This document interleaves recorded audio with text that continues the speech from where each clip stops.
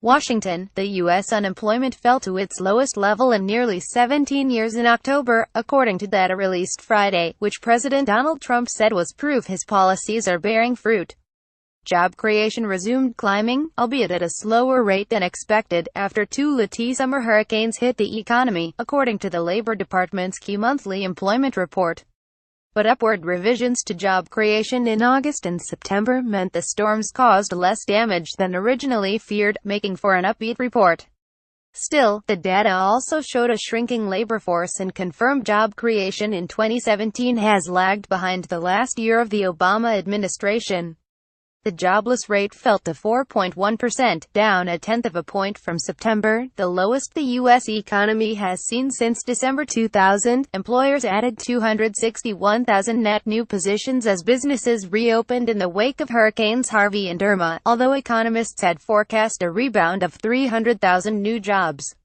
The data for September were not as bad as initially reported, with 18,000 new jobs created, rather than a loss of 33,000 positions. Together with the upward revision for August, an additional 90,000 jobs were added for those 2 months.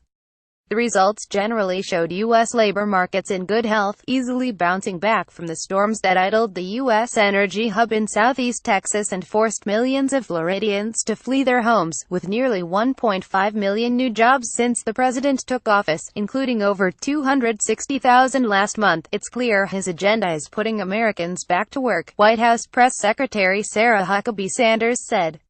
Trump tweeted out a celebratory message on the report. Jobs.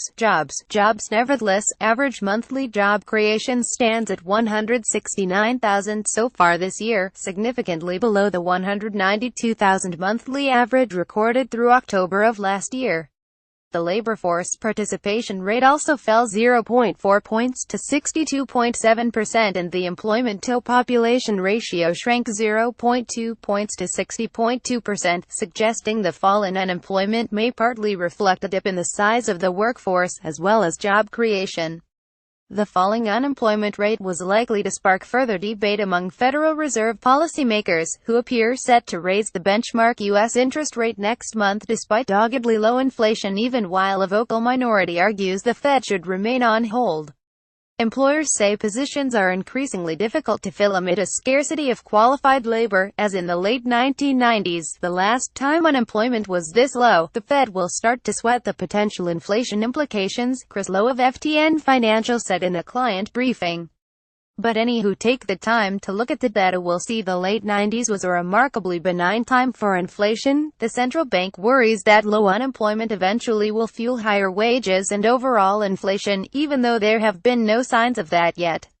Wages pressures in October were flat, with average hourly earnings falling by a penny to $26.53, putting wages up 2.4% over the past 12 months, just above inflation.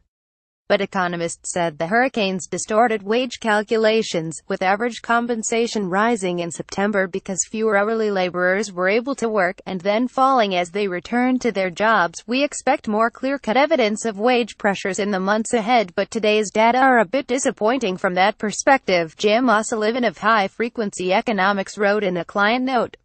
We still think the weight of evidence supports ongoing Fed tightening, however, including another rate hike in deck. Employment in bars and restaurants sharply rebounded from the hurricanes, adding 89,000 positions in October following September's 98,000 job decline.